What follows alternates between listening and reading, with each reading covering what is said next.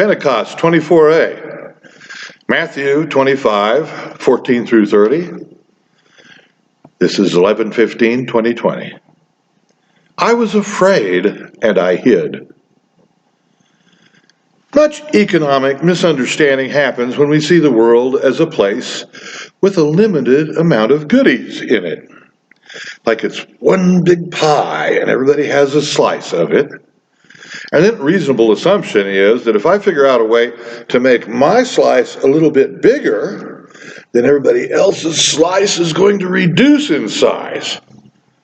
Therefore, to be honorable, I must not try to get more. And if I do, I'll be considered a thief. It is the assumption that rich people are rich because they steal from poor people. That's a false assumption. You can't get rich by stealing from the poor. They don't have anything to steal. You get rich by outmaneuvering other rich people. On the other hand, I'm compelled to try and increase my slice of the pie because also in prevailing opinion, the bigger the slice of pie that you control, the more you're blessed by God with riches. Your status amongst other people will be enhanced by your wealth and prestige.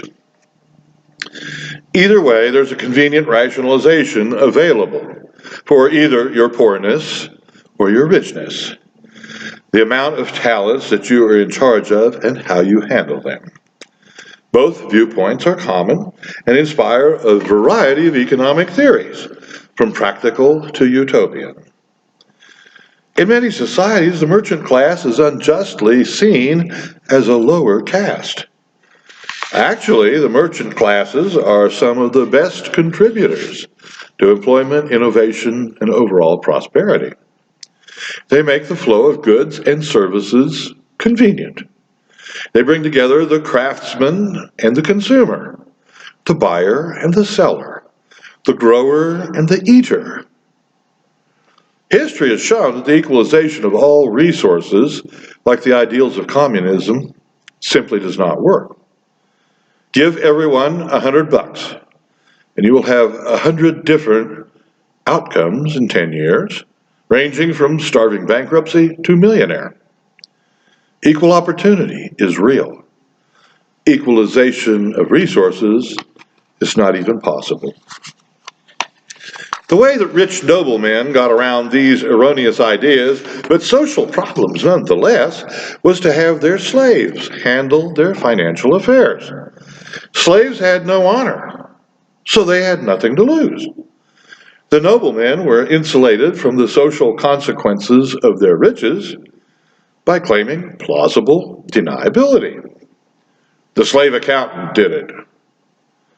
This little tidbit helps to give a context to many of the parables of Jesus that spoke to financial dealings and economic issues. Some rabbinic literature even suggests that burying your master's money was like insuring it with the FDIC.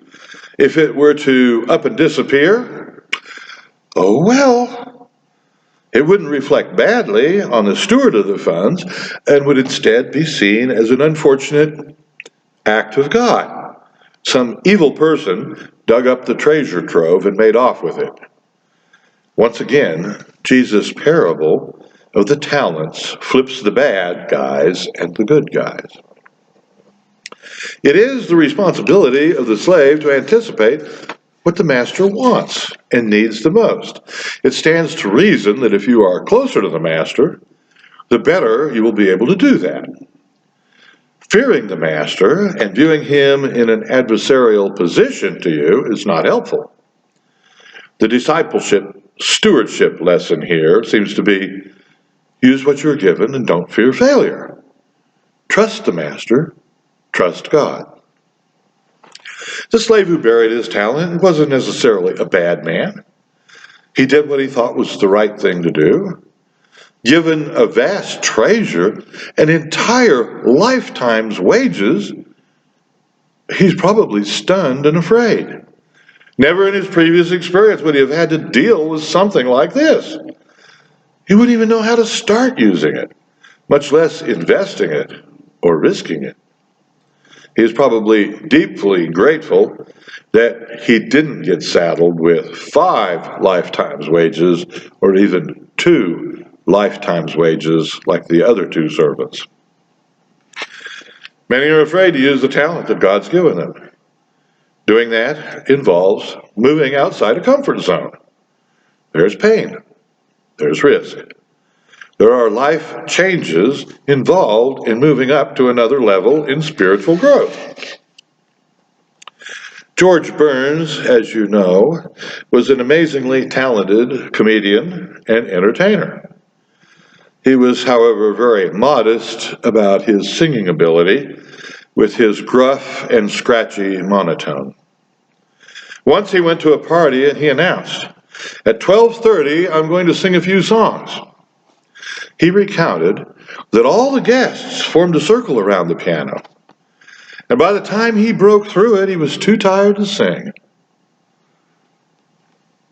We really only have one thing: our joyful dependence as a servant of Master Jesus, of God Himself. How do we perceive our relationship to God? Can you take risks based on your understanding of God? Do you trust Jesus? Not acknowledging the security you have, it's missing the party. Ultimately, the high talent servants know they have nothing. So they have nothing to lose. It's all the master's. His riches are to be viewed objectively as investments in us. They're able to reproduce on their own. Put your God-given talents in a position where there is interaction with the world, they'll do fine. The abundance of love and grace that we receive should decondition us enough so that we can work in the world of love and grace, God's blessings, without fear. The parallels between this passage and Genesis 3 are amazing. I was afraid and I hid myself. Genesis 3:10. I was afraid and I hid your talents. Matthew 25:25. He drove out the man from Eden. Genesis 3:24. Throw him into the outer darkness. Matthew 25:30. And still we protest, but we may lose it. The fact is, if we don't use it, we're going to lose it anyway. I once confessed my fear and ignorance and lack of self-confidence to an old ex-missionary from the African field of Lutheran missions, now a country preacher and my sponsor for ordination. And he told me, your people won't care what you know, as long as they know that you care. So just for kicks, we ought to take out the word talent and insert love or grace.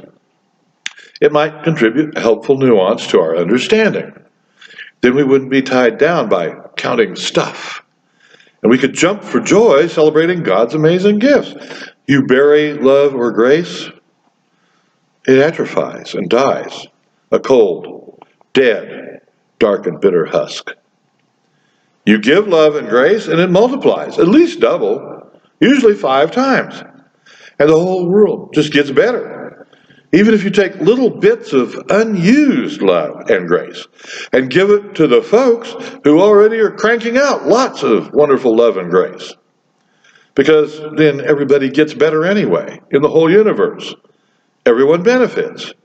Even the fearful, do-nothing grumps. The alternative is the only universe that the one talent servant will recognize, the one that's infinitely expanding and eternally cooling and forever darker and darker.